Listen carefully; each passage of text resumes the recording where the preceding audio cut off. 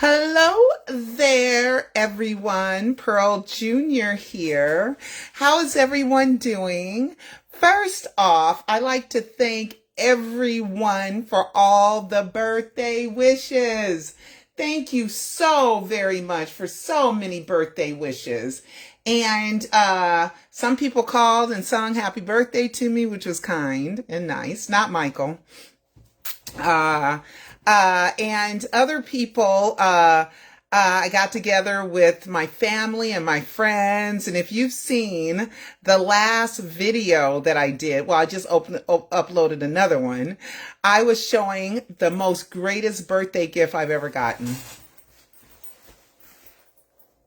Do y'all see that? It's the Michael jacket, the official crew jacket from the Michael film. And you know, guys, whenever I tell you something, I always find a way to show you proof, right? I always find a way to show you proof. So remember I told you my friend worked on the Michael movie? Well, now you know. She did. So I'm going to, for you YouTube people that don't watch me on Facebook, I'm going to go ahead and pull that footage up of me getting the gift. Oh my God. Oh my God. Oh my God. I was, I knew she had the jacket, right? And when she had the jacket, I was a little like, right? But of course I wouldn't dare ask her for the jacket, my God, because it's a big deal for anyone to have that jacket.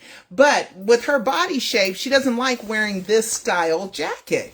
It's a little masculine, and it's got a little warmth to it. It's got an inside pocket here. It's got an inside pocket here. And it is like a traditional, like, bomber jacket, like Letterman's jacket that Michael wore on Thriller.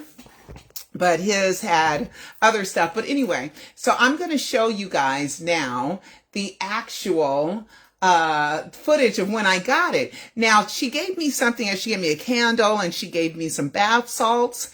And then she said, well, this gift is a really good gift. It's really good. And I told my daughter who was there, I said, can you record this? I might have to turn on my fan. It's getting a little hot here in LA.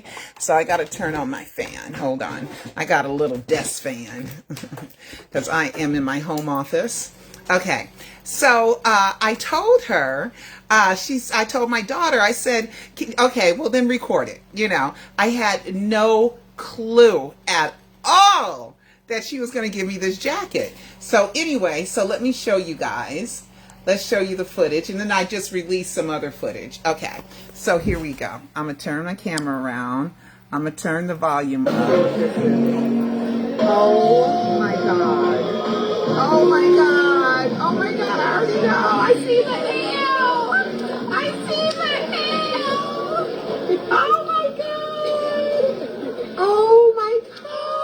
Oh, Debbie. Oh my God. Debbie. Oh my God. Oh my God. Oh. Oh my God. I will never wear Oh, it. you're gonna make me cry.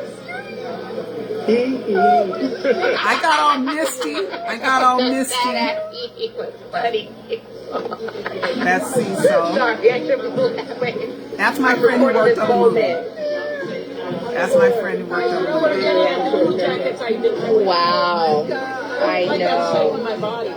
She said she doesn't like the way it shapes her body. Fire. No way. You gotta go see it. That's so fire. Is that your kid? So the guy who says it's fire, it was our waiter. Now, let me tell you how far back me and Debbie go, okay?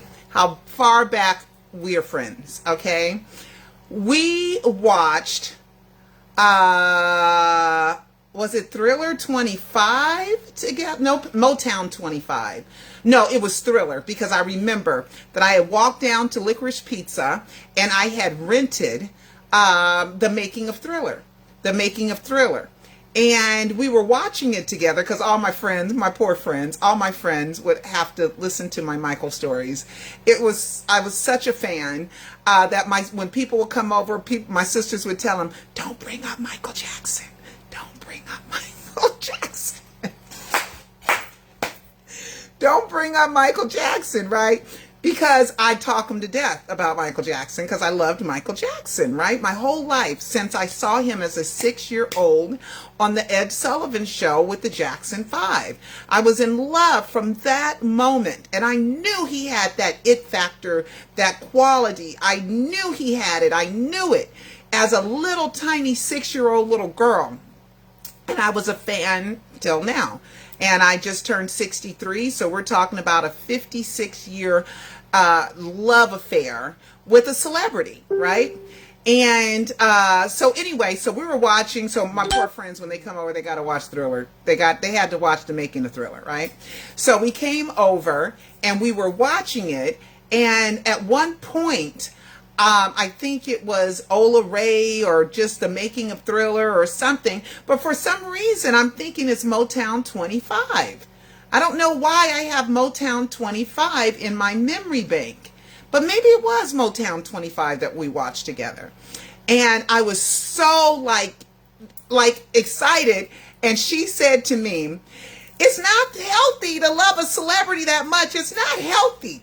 So that lets you know how far back it goes, to the early 80s, okay, of me and her being friends, and how she knows how much I love Michael Jackson. And for her to give me she earned this, her Michael Jackson jacket. Oh my God, it means the world to me. It means the world to me. So even though it's hot, I'm taking it today. And if I'm out when it's warm, I'm wearing it. I'm wearing it all the time so I can promote the movie. And then I'm in a soul food restaurant, kind of a bougie. It's next door to the Grammy Museum. Let you guys know. It's in the downtown LA. Is not far from the Staples Center, but it shares a wall with the Grammy Museum. And it's a soul food restaurant, so bougie people are in there, especially bougie black people, but all kinds of people go and enjoy the soul food. And so I had to walk out with it. I had to walk out with it on. Hold on. Here we go. Okay, here we go.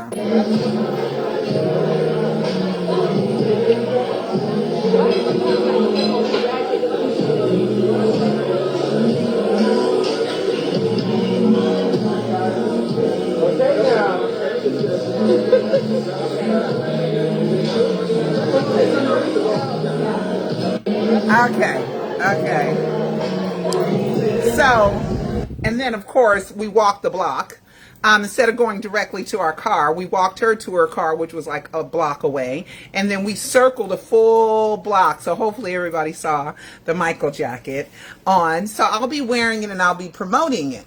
Now, where we're at with the Michael movie, we're at $440 million. We got 560 million to go.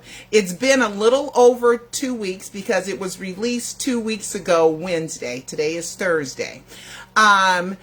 So we got, I don't know how long it's going to be in the theaters. I heard they're taking it out of IMAX theaters, at least at some IMAX theaters, making way for the next production.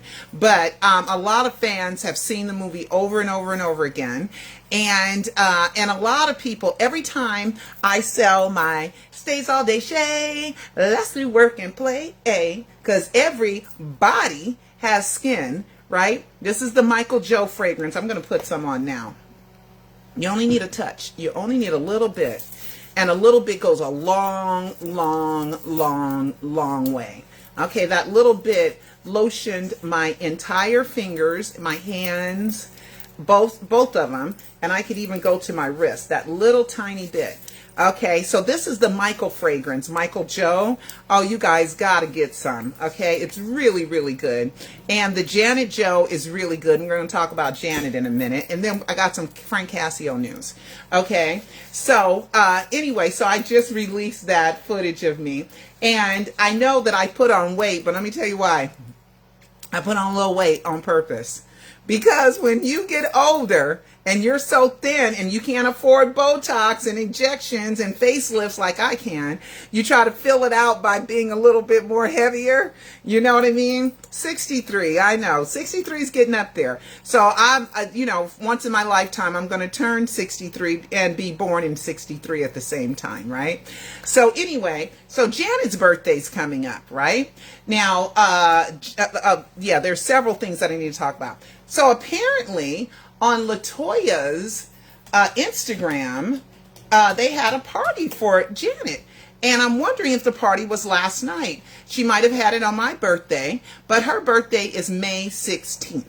Okay, Catherine and Jackie birthday is May 4th. My birthday is May 6th, and I am 1,711 days. Isn't that wonderful? Ones and sevens and 17s and 11s, right? Younger than Michael. Okay, I am younger than Michael. I'm 1,711 days. It's just such a wild connection. Younger than Michael, or Michael's 1,711 days older than me. All right. So anyway, so LaToya posted. Let's see. LaToya, even though LaToya put on a little bit of weight, she still can put on some more. But so here we go. And there was and also, you know who else was born in May? So we got Jackie and Catherine, May 4th, me, May 6th. We have Janet, May 16th, and we got Rebe and LaToya, May 29th. So we got 5 out of the total 11, which is 9 kids and 2 parents, Jacksons. So there are, Cecil? Yeah. Oh, can you, I want to show you what Cecil got me, okay? I know this overshadowed what Cecil got me for Christmas, but he did his stuff, okay? So I got to show you guys what Cecil, Cecil, can you bring them in here? Bring it in here, just the 2 items, not the bathroom stuff, because they don't need to see that I got a shower. You know how you have the shower and then you take one off and then you could just do your back, and I got one of those. Yes, okay. And Cecil got me these beautiful flowers. These gorgeous flowers. When I got home, they were already here for me because he had to meet me. I had to work yesterday and do things. And so he had to meet me at the car, and we drove to things. So he didn't get a chance to give them to me. And I'm so out of it. When I said, where are you going? He said, I got some errands to run. I didn't even think he was going to go buy me a present. I mean, godly. So anyway, so when I got home, I got a shower thing, I got a bathroom kit, and I got these beautiful red roses that smell really good. And I got this happy birthday balloon. And my daughter gave me some things, and my son, he said it's coming today in the mail. So so I'll see what that is a little later. And then there's stuff in my mailbox that I'm going to, but I thank everybody. Thank you. So anyway, let's get back to Janet. Thank you, Cecil, sweetheart. Thank you. Okay, let's get back to Janet's birthday party. And LaToya posted it. And there it is. Okay, there it is. Oh, let me turn that down. And there's LaToya. She's so tiny, my God. Randy's little too, but next to LaToya, ain't nobody little. Okay, look, Janet's is probably a size 3 to 5, maybe a 5, and LaToya's a 0. She has to probably get them all altered because she's so thin. But she's not as anorexic thin. Okay, she's not that anorexic thin, but she needs to still put on a few pounds. Okay, she's too thin.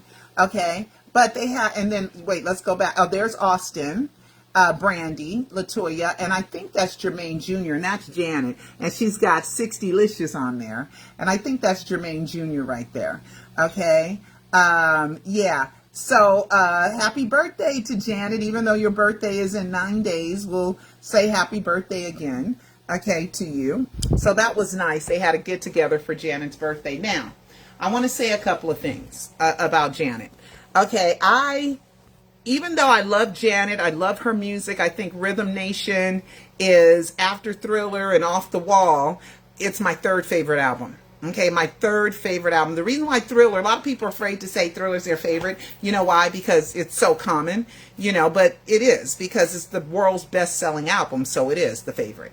Okay, but the reason why people don't like to say it because of the commonality of the Thriller album. But the reason why I say Thriller's my favorite is because I went down to Licorice Pizza in U Valley, people, Michael and the Jacksons, whoever's watching me. Licorice Pizza was on Laurel Canyon and Victory, on the corner of Laurel Canyon and Victory. Well, one block over, but it was on Victory near Laurel Canyon, right? And Licorice Pizza, because vinyl albums are the color of licorice and it's the shape of a pizza. So that's why the record store was called Licorice Pizza. I went down there and I bought the Thriller album, the Licorice Pizza album, and I came home, and you had to have a needle, and I put it on my record player. And I'm going to tell you, I wanted to hear Billie Jean. That's what I wanted to hear. No, not Billie Jean. I wanted to hear, maybe it was Billie Jean. Okay, I wanted to hear Billie Jean, right? And I put it on there, and let me tell you something. I wanted to play it again. The next song grabbed me, right? To where I couldn't lift the needle. The next song grabbed me where I couldn't lift the needle. The next song, then I flipped it over. And every single solitary song, I could not lift the needle in the middle of it or at the beginning or anything. I had to hear the song all the way through because all of them were gems. All of them were so good. They were so good, and I knew it was a great, great, great album. And then Off the Wall, of course, because that's like it's like the segue of Michael from a little kid to his own self and his adulthood. And it was, he had a little plastic surgery, just one nose job at that time, and he was so cute with that bow tie. And so was Jafar. He went to the Met Gala. Let's do Jafar, kind of inspired by Michael and his bow tie. Jafar Jackson Met Gala. Okay. And, oh, here he is. Okay, so here we go.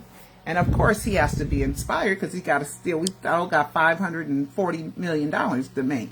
There you go. He looks so cute. He looks so handsome. And let's do a Michael Jackson Off the Wall.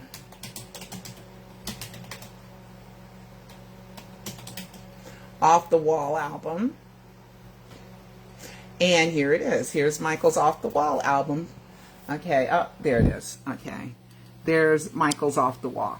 So it was inspired by Michael's Off the Wall album, right? I remember I had calligraphy in high school because this came out when I was in high school, right? And we all had to do an artwork, and we get to write calligraphy, and I wish I had that. I wrote all kind of little love things to Michael, a little bit of fast things in there too, like what I wanted to do with them, and I put it in there, and it looks just like it. It was really good. I think I got a B+ on it or something, you know, but it was really good. I wish I still had it. My sister had it, and I don't know where it is. He was so cute. So cute. Okay. This is on the back of the book about Michael's songs. I think this is really cute. Kind of a rare photo of Michael's. Okay. And it's on the cover of Michael Jackson, the songs, all the songs. Okay. And it's a big old book. Okay. So anyway, Jafar and Janet. Now the reason why I think with Janet, I have skipped over Janet lately. Okay, I'm just saying. Okay, because I'm a little perturbed because LaToya said Janet said she didn't want to be in the movie. Now, there's a couple of reasons why, and I want to get into Paris too, real quick, about her poo-poo in the movie too. Okay, with Janet, you know, when Janet went and did her documentary, and she went to 2300 Jackson Street. Always home. I love that song. It's a beautiful, beautiful, beautiful song, right? And it's the last big, big hit of the Jacksons, right? And they had to take down the monument. They took down the monument, right? The one that we talked about last time, Monument Jackson, 2300 Jackson Street, Michael Jackson plaque. Okay, now it just recently went back up. I showed you guys the footage of that. It just recently went back up. And it's been gone for years, right? Here it is, okay? Here's the plaque, okay? There's the plaque. So when Janet went, the plaque was taken down, right? When she went there, the plaque was taken down and it was just recently put back up, right? Now we know on the back of the plaque, it has kind of, you can think of it as a wink, wink clue, or you can think of it as whatever you want, right? Whatever you want to think of it as, okay? I know it's under Getty Images, but this is fair use because I'm educating and informing. But here is, let me see if I can enlarge it. Hold on. If I can enlarge it, see? My hands, they're beautiful, they're soft, they're youthful for 63-year-old hands. That's because of shea butter. Okay, that's because of shea butter. Okay, let's see if I can make it bigger. Let's see. This way. You still can't see, but anyway, E. Casanova's on here. See with the hat, with the fedora right there? That's not Michael. That's E. Casanova. Okay, so we had thought that they said they took it down for a documentary. Janet was doing a documentary, right? So they took it down. You'd think they would fix it if it was down for 8 years, right? That they would fix it 8, 9 years. I think because it's 26. It was about 2018. Yeah, yeah, 8 years, and the documentary was probably filmed in 2017 for all we know, right? But I'm not sure. The counting is, when did Janet Jackson's documentary come out? Let me see. When did Janet Jackson's documentary come out? Okay, Janet Jackson's 2022, so not that many years. Okay, oh, no, that's not the one. That's not the one. Limited run, produced by Janet and Randy. When did that come out? 2017. Yes, 2017. Okay. 2007, Jackson contracted English production company Worker Bee to film footage of her tour. And part one, release date is January 28, 2022. Oh, okay. Well, it was filmed for 7 years or something, she said. So sometimes in there, it came out in 2022. Yeah, it wasn't that many years ago. But anyway, that's when it was taken down, like 2018, I believe. Okay, because I talked about it, I believe. Just, I don't want to look up my notes. But anyway, it's been gone for many years, okay? But while she was there, she didn't want that a part of her documentary, so it was taken down. And when Catherine was talked about Michael's death, Catherine didn't even speak on it. She didn't even speak on it. I just can't.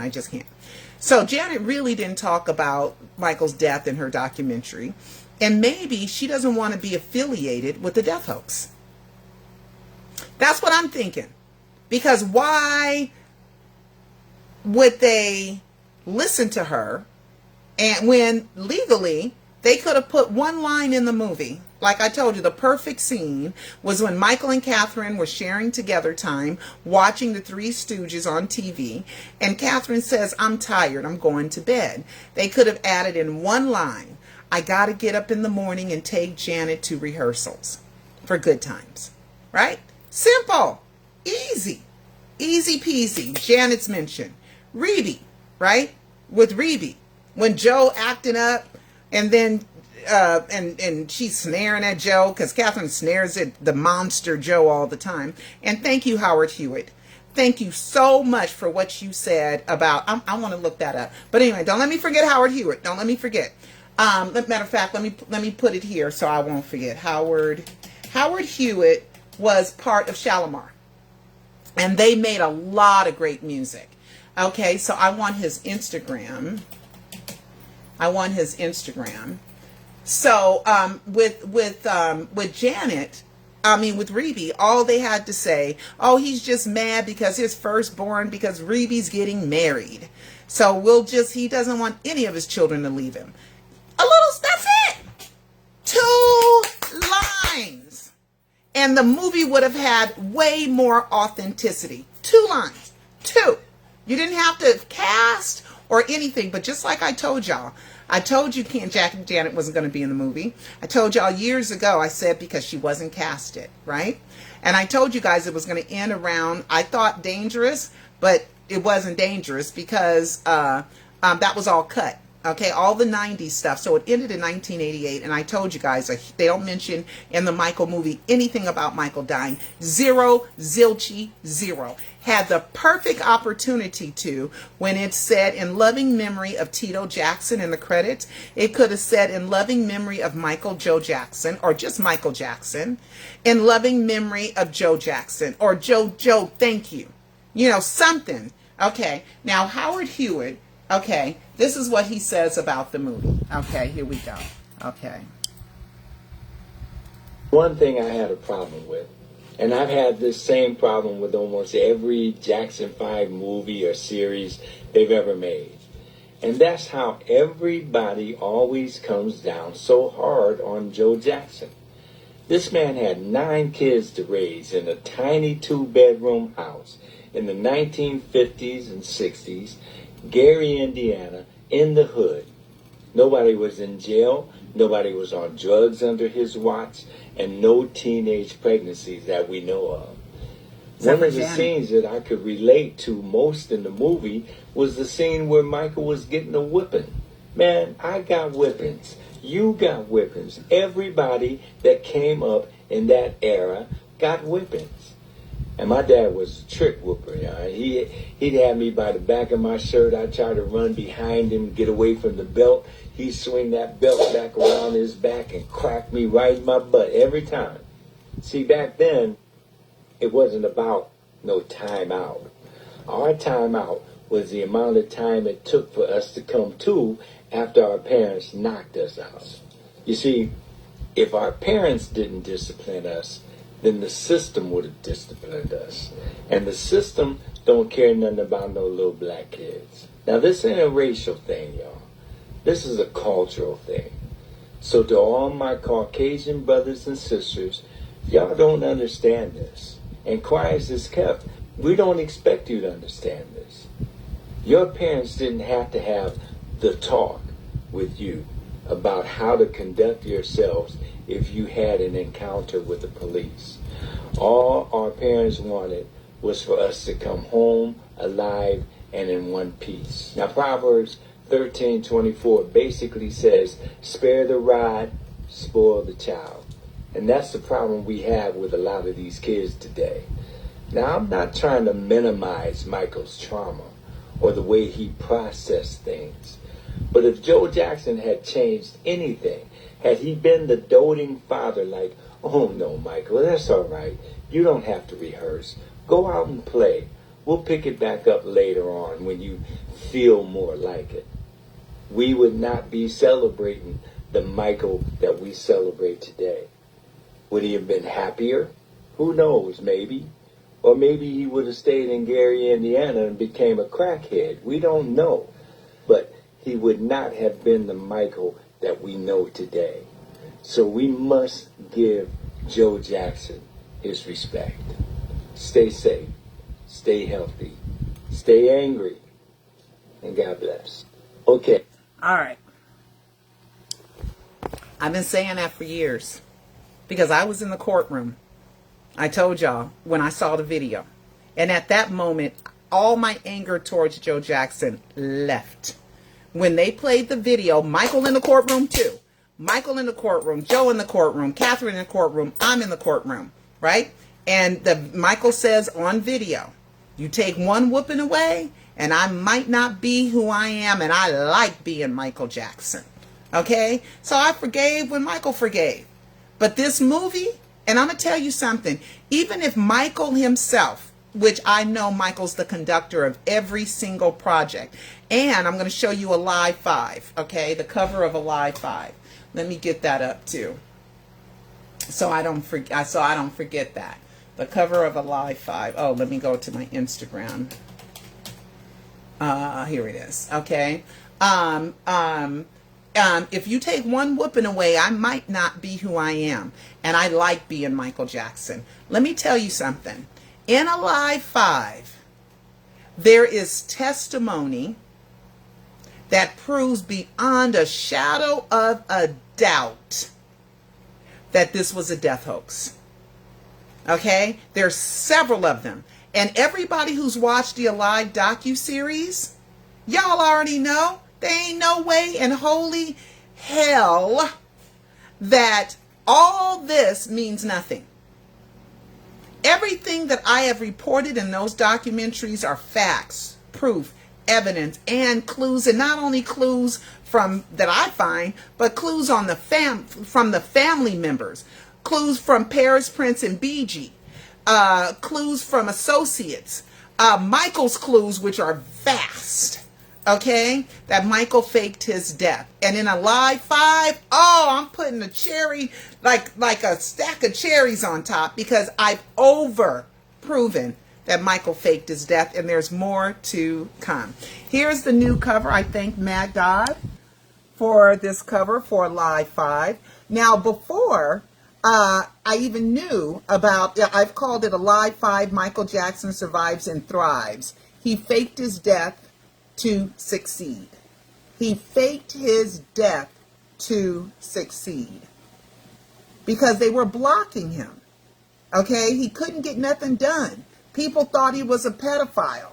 People still believe that, and we're going to get into, I love the cover. We're going to get into more of the liars. Frank Cascio. Okay, even though it's my birthday today, today is a fan. His name is CJ Livermore. He does music, so I want to say happy birthday.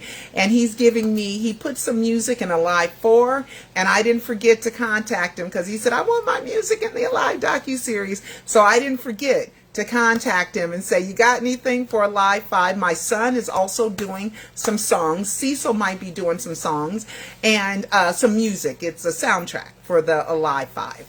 And it is going to be at least an hour. Okay, it is going to be at least an hour. Okay, I wish I had time to make it longer, but you know, I'm fitting it in while I'm doing something else that is very important that I can't talk to you guys about. I'm running a business, running a store, and that's how I make my money to pay my bills. The store, the Shea Butter business pays my bills. Michael does not pay my bills. My Michaeling does not pay my bills. Okay, nowhere near. Okay, even though I've had an uptick in some of the Alive sales, but they're still minimal. They're still, you know, under 40. 40, right? Okay, under 40, okay, in the last month, right? So I'm not making a lot of money, guys. I am not doing my Michaeling. It's been more of a labor of love, you know, and I do it because it, like my sister said when we were little, don't bring up Michael Jackson. Because I talk your head off. I wouldn't let it go. I wouldn't let it go because I'm going to talk about Michael. I'm Michael Jackson. I'm his fan now, you know. So, and the crazy thing is, I never thought to be like Grace and go work for him. Oh my God. I'm like, how brilliant were you? Or Shauna to go get a job at his managers. Oh my God. I never even thought that. I always thought that there was some way. And also, I live 7 miles from Havenhurst. I grew up in the same city, you know, well, LA County, but it's part of the city of Los Angeles. I grew up in North Hollywood. It's ironic that my store is in North Hollywood, but I grew up in North Hollywood. I was born in Pacoima. And Michael lived in Encino. And I did a MapQuest from my house in North Hollywood to Michael's house, and it was 7 miles away. The sevens are crazy. Okay. So, let's see what else. Okay.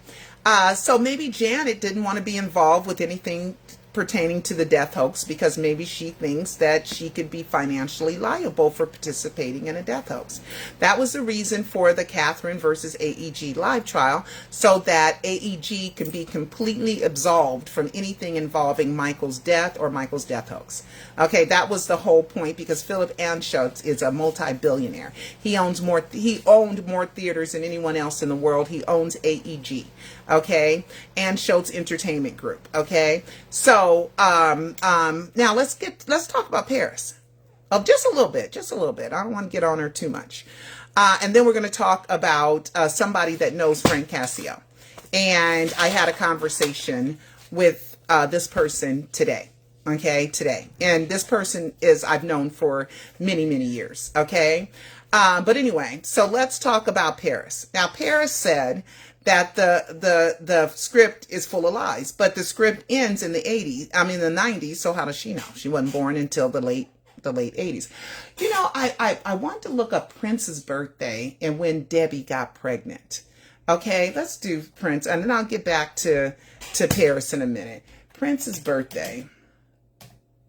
Prince Jackson birthday.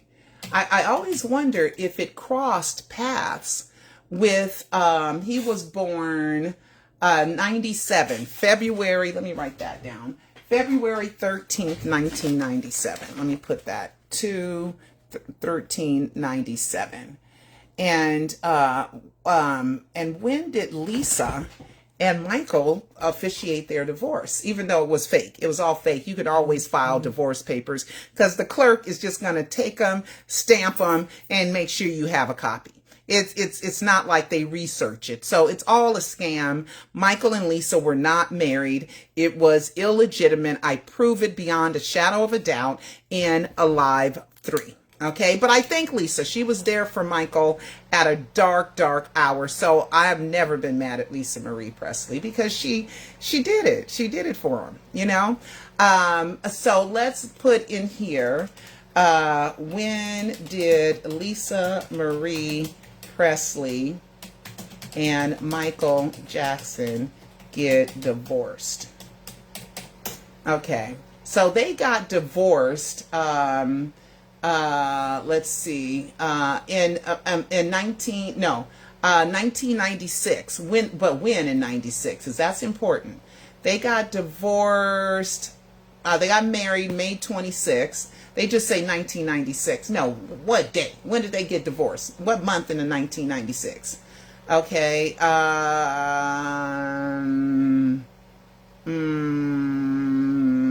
Rest in peace, Lisa. So sad what happened to her. It's like a freak accident, you know. She had weight loss surgery that went wrong, and they did something and she died, but she looked so awful right before because she was going to the Elvis premiere, the Elvis biopic, right? What month? What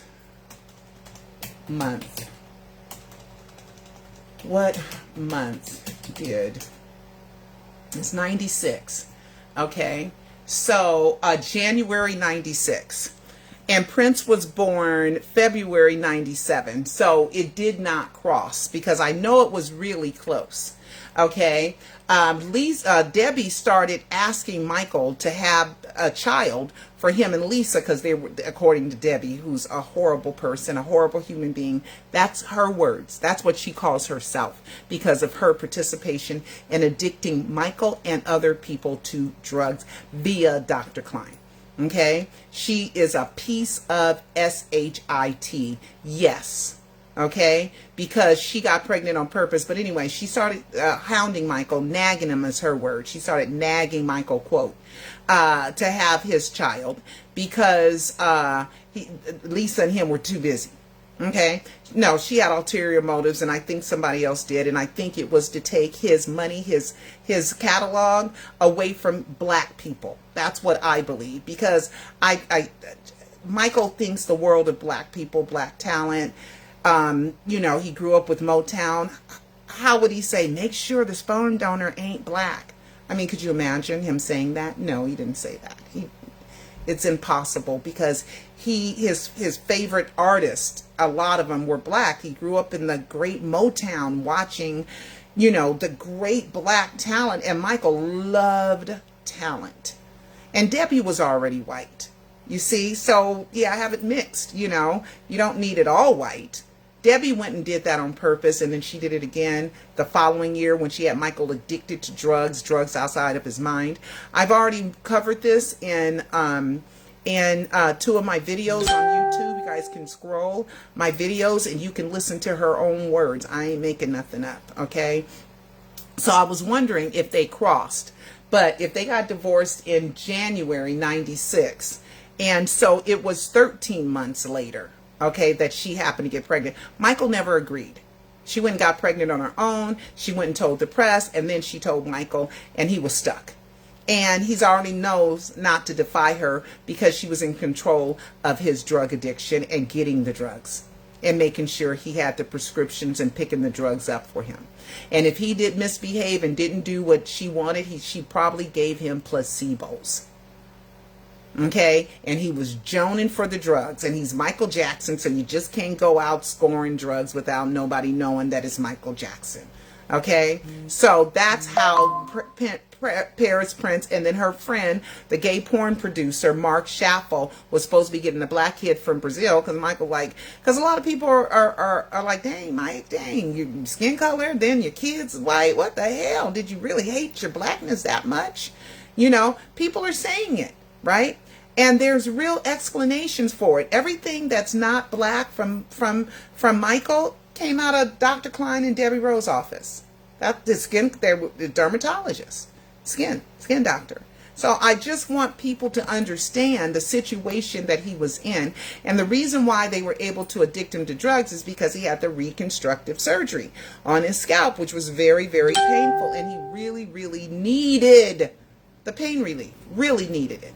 Okay, so that's how he became addicted, because Dr. Klein and Dr. Hoffman were competing for his affection, saying, no, I got a more powerful pain reliever, Michael. No, mine is more powerful, Michael. No, mine is more powerful. Debbie Rowe testified to this, that they purposely addicted Michael to drugs, and she was just as guilty, just like she said, she was just as guilty as Dr. Klein in addicting other people to drugs, including Michael Jackson. And that's why I had the Twitter battle with Debbie, and also with Papa Joe. Let me get back to that real quick. With Papa Joe. Papa Joe was gonna, I told you guys from the beginning, they were gonna make him a devil, the demon, a monster. I told you that's what it was, because I understand America, and the media is social engineering. The media is social engineering. So we can't have a whole bunch of daddies like Joe Jackson raising his kids to be successful. Whole bunch of black daddies raising a whole bunch of successful black kids. That would get rid of white supremacy, white power, white control. So let's make him the monster, or your movie won't come out. So Joe had to be the monster. Okay, I'm sorry. Yeah, and just like Howard Hewitt said, we all got our butts whipped. I was just talking to a white lady earlier today. She was like, I got my butt whipped too. We got our butts whipped. You act a fool, you get a whooping. You get warned. You get warned, but then you want to act a fool, you get that butt, you get a whooping, you get spanked, right? So I just wanted to kind of go over that again. Michael is no different than any other family. As a matter of fact, they needed discipline more than most, because it was 11 of them in a 2-bedroom house, 800 square foot 2-bedroom house. Okay, my apartment is bigger than 800 square feet. Okay, my apartment is 1,000 square feet, and it's just me and Cecil, and we are overstuffed. We're overstuffed in a 1,000 square foot 2-bedroom apartment, and we got 2 baths. They only had 1 bathroom, so they better be disciplined, or ooh, look, chaos in that house, damn. And Joe had the forewithal to marry a wonderful, sweet woman, and have her have his children. He chose a wonderful, sweet woman, and he didn't give a damn that she had polio as a kid and she walked with a limp. And that's why Michael loved sick children, because his mother was a sick child. And they could have put that in the movie, but no, they don't want to. Okay, but anyway, so Paris, back to her. There's 2 reasons why I think Paris said that the movie was full of lies. Because she knows about Brandon Howard. Because she knows about Brandon Howard, who is the child, the Billie Jean child. I proved it, and I will keep proving it. She knows about that. And that's why Michael bought the condo that he really never moved into. He said, oh, I'll be too lonely. No, you wouldn't. You bought the condo so you could visit with your baby son, because you bought it 2 months before he was born. And you drawing pictures of Mickey Howard, and the song is about you, and you said the song was true, and then you let Teresa think it was about her, and it was Teresa Gonzalez, and it wasn't, and you set up a Star Magazine interview to kind of throw people off. You said it was about your brothers, right? It was about groupies. No, it was about you and Mickey. And now that I think of it, I was listening to Beat It. Beat It is about Michael getting rid of Joe Jackson. That's what Beat It is about. But he disguised it because he thought he was going to war, like gangs going to war with Joe to fire Joe Jackson. I was listening to the lyrics last night, and I said, oh my God, this is about Joe. This is about Joe. Michael didn't know what was ahead of him. He thought Joe was his problems. Joe wasn't nothing compared to what you getting ready to go through. He had no idea. He thought he was going to go up, up, up, up, up. Pepsi burn. He was so high that it took a lot to bring him down, but he never reached the pinnacle of before the Pepsi burn, which was the exact middle day of his life if he had died June 25th, 2009. Okay, 92, 82 days on either side. 92, 82 days, Pepsi burn, January 27th, 1984. 92, 82 days, and which is, both of them are 11, 92, 82, so 17, 18, 19, 20, 21 equals 21. Both of them, 777, 777. 9282 on both sides. And the Pepsi burn was right in the middle because that was the pinnacle of his success. Then he started going down. Okay?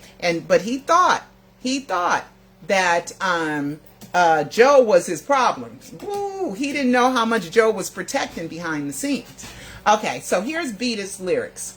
And I was listening to it. I said, oh my God, this is about Joe Jackson. I don't want the song. I don't want to play the song. I just want the lyrics. Let's go back. I just want like the genius lyrics. I don't want to play the song. Okay.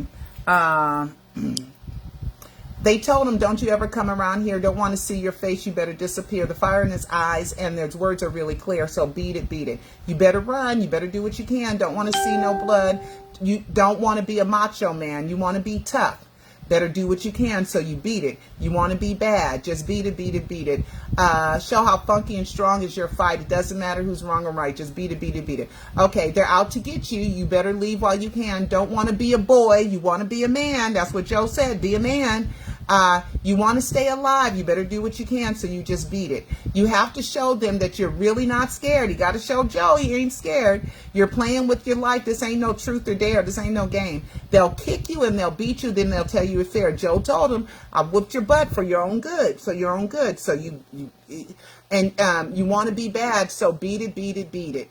Okay, no one wants to be defeated. Show how funky and strong is your fight. It doesn't matter who's wrong or right. Just beat it. So I believe that Michael was hyping himself up to fire his father, Joseph, when he wrote this song. That's what I'm thinking. That's what came to me yesterday. But he couldn't say, Michael did what was in his heart. Like he said, he wrote what was in his heart. He wrote Beat It. Okay. Michael wrote Beat It. Okay. And I think he was trying to figure out how you're going to fire his father. Just beat it. I want to be on my own. I'm a grown man now. You can't control me with threats and bullies and whoopings. And I understand that. But he did not know how Joe was instrumental in protecting the hell out of his children. There was a line in the movie when they hired Bill Bray, Michael's security guard. And Joe told him, you protect him with your life.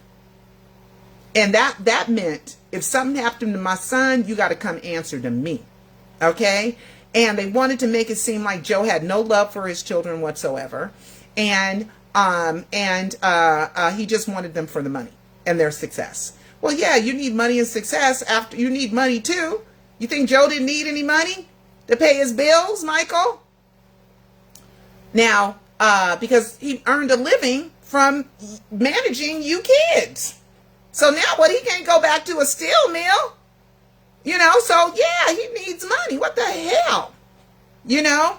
And then Michael said, Bill Bray, you're more of a father. My father just wants me for money. The only one that was really making a check off of you, even though Bill was a great guy, I'm sure, was Bill. Bill was getting a check every week or every 2 weeks, however the hell you paid him. Bill was a hired employee.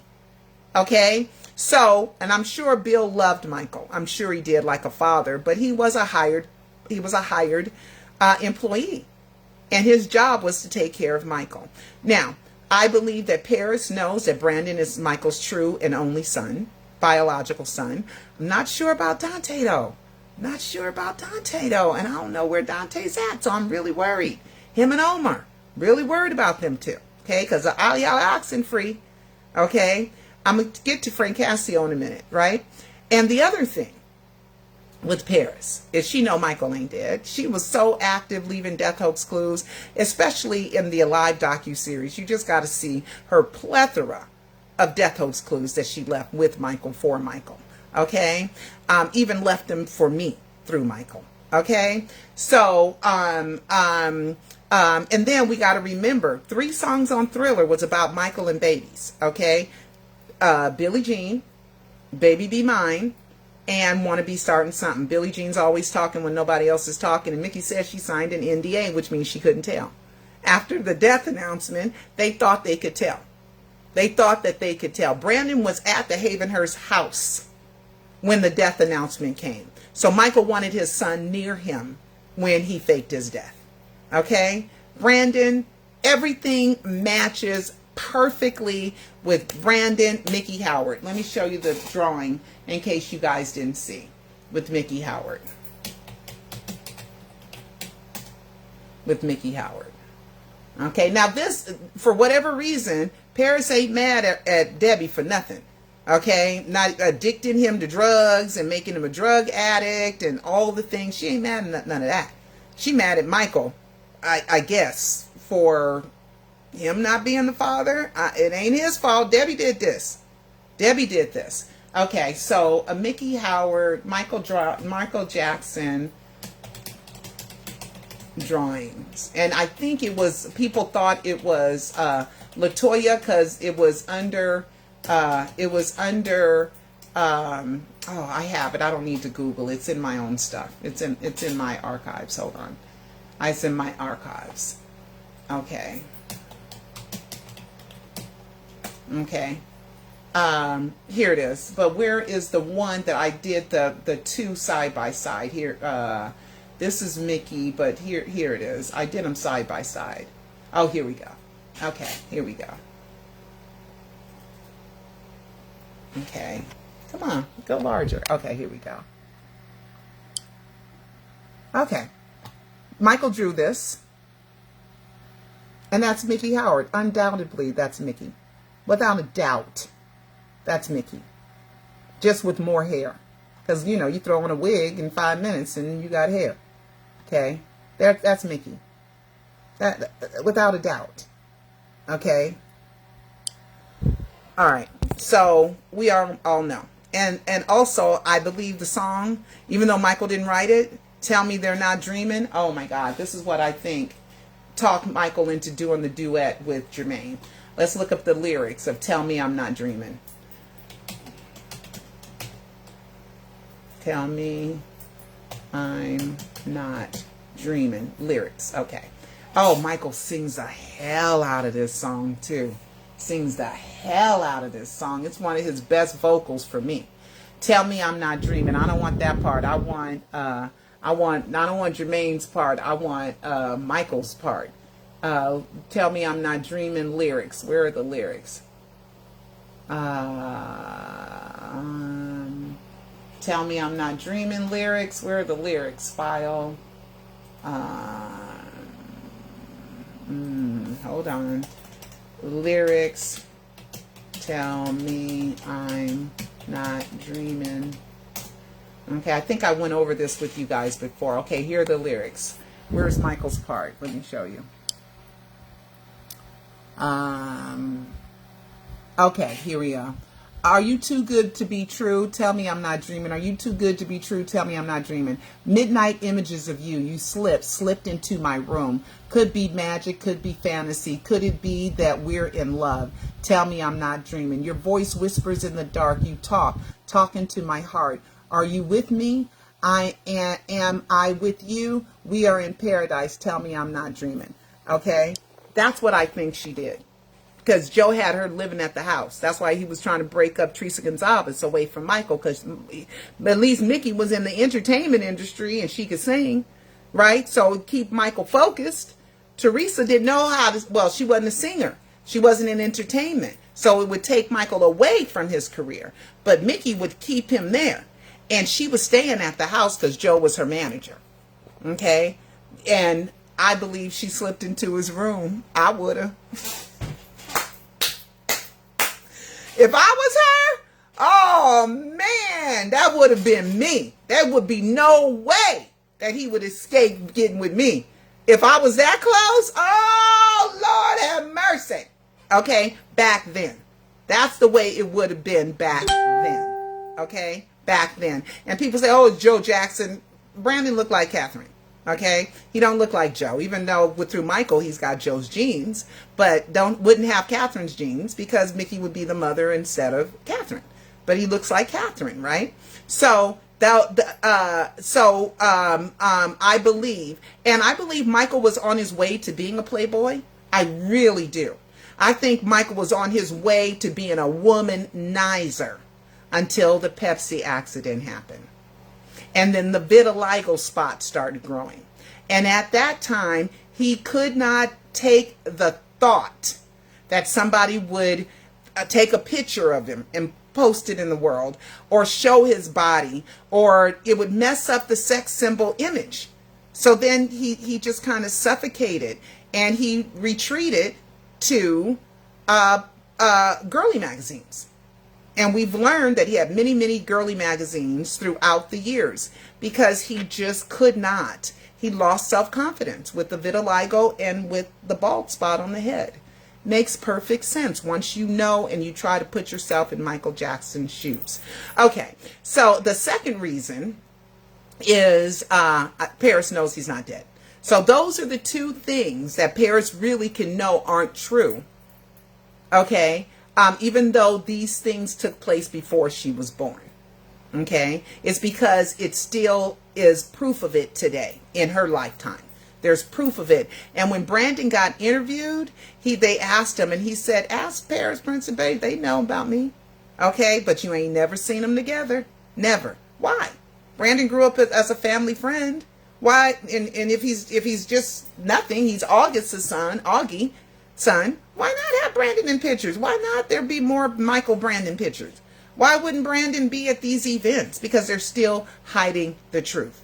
Brandon grew up with the family. We know that because of all his involvements with LaToya, with Jackie, Mickey being his manager back in the day, Mickey signing a sign-in book, going to visit Joe, him doing songs with TJ and Terrell, and Deals, Jackie's son, and him with Giovanni, his auntie Giovanni, Auntie LaToya, a picture with all the brothers. I mean, it's just all there and it all just matches.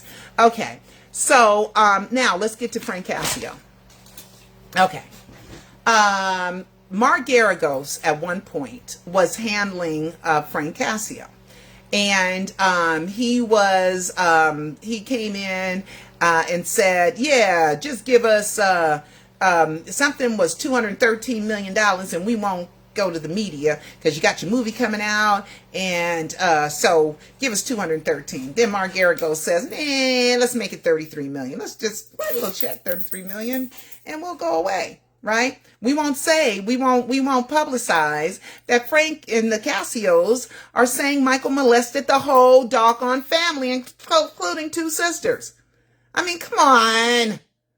5, he's going to be that bold after he's already been in trouble with the police, after they've already strip searched him, photographed his penis, humiliated him. You think he's going to be that? It don't matter. You know, come on. Point. Go in the room. Let's have sex. You little child. Let me do all y'all, because you ain't gonna do nothing. Because I'm big bad Michael Jackson. I know that I had got in trouble and got embarrassed to the whole world about being a child molester, but it don't matter. I'm gonna molest all y'all. No, they all wanted to get paid. They're liars. Okay.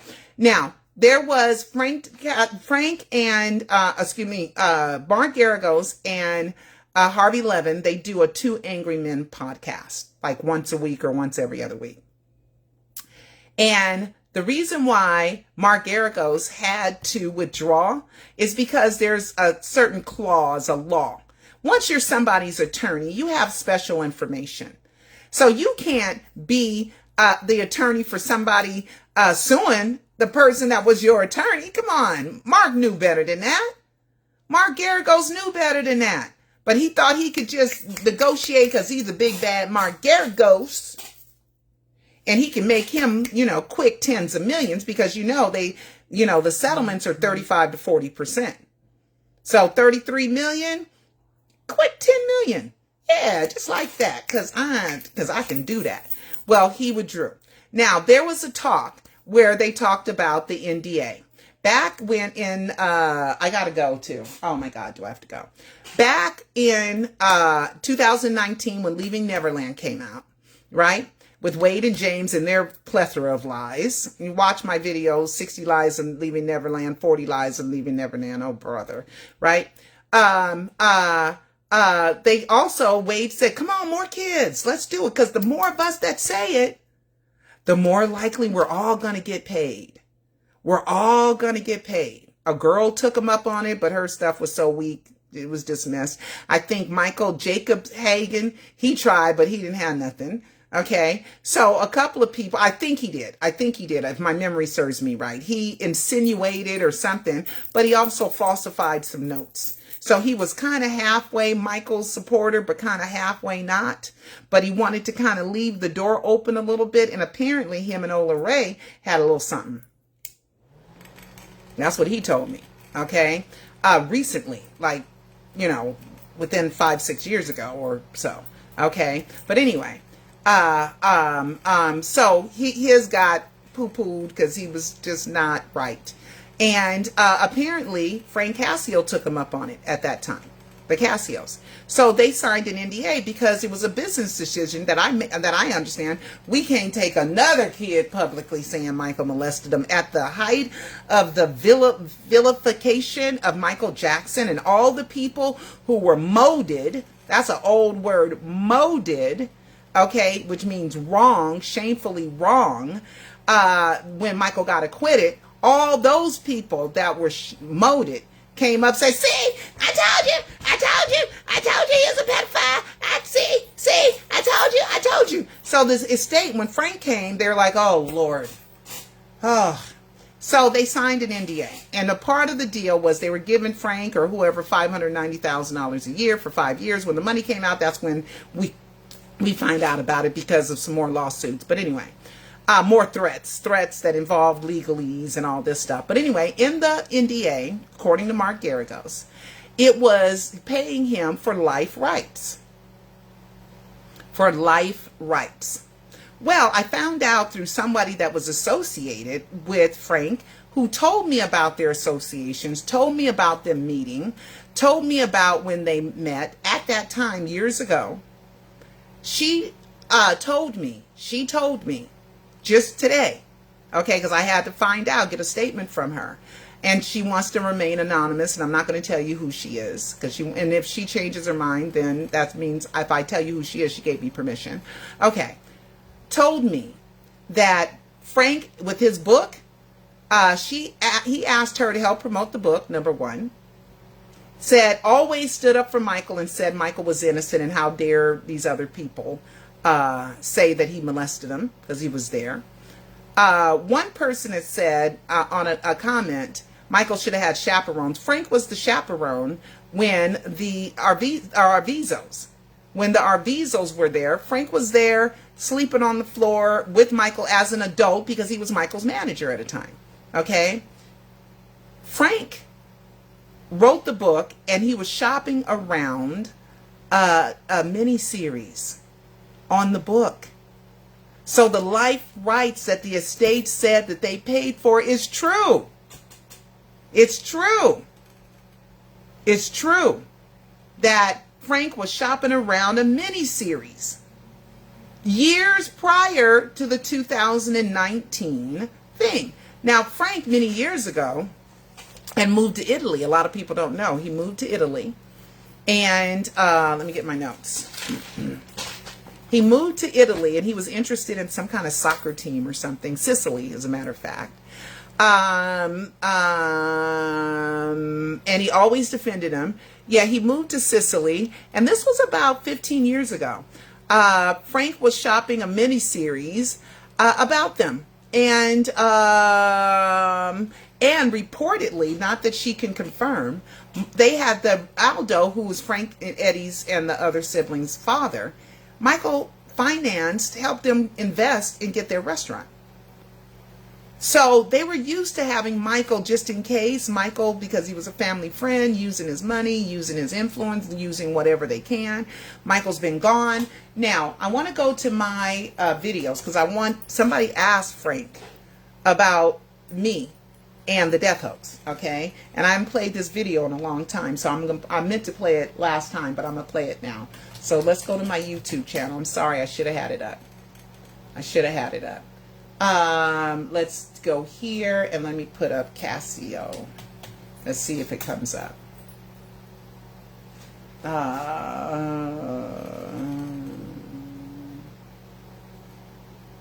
Here it is. Here it is. Okay, here it is. It's a short video. And I did this video 14 years ago. It has 40,000 views. On November 20th, 2011 is when I posted it. And let me go right to, okay, here it is. Okay, here we go. Oh my God, I was so young. Look how young looking I was. Okay, so let's turn this up. Let's go back a little bit.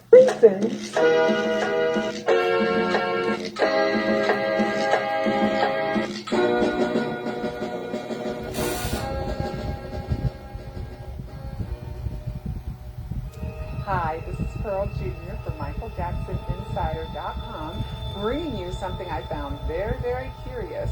There's someone by the name of Valder BB. She is an internet radio host out of Dallas. And I met her, I think, sometime around 2005, 2006. And never met in person, but she was really, really sweet. And she's interviewed lots of celebrities, and she even interviewed Tito Jackson earlier this year, and I was very proud of her for landing that interview. Well, anyway, she just did an interview yesterday, November 18th, with Frank Cascio, you know, the latest Michael Jackson friend to come out with a book, and listen to what she asked him. Okay. Well, I want to ask you this. I want to deviate a little bit from the book, and I want to tell you about this site called it's called Elbow Grease Production, and I've seen their emails over the years, and the creator of the site, her name is Pearl Jr. She writes everything Michael Jackson, right? She covers Michael Jackson. She calls herself an investigative journalist.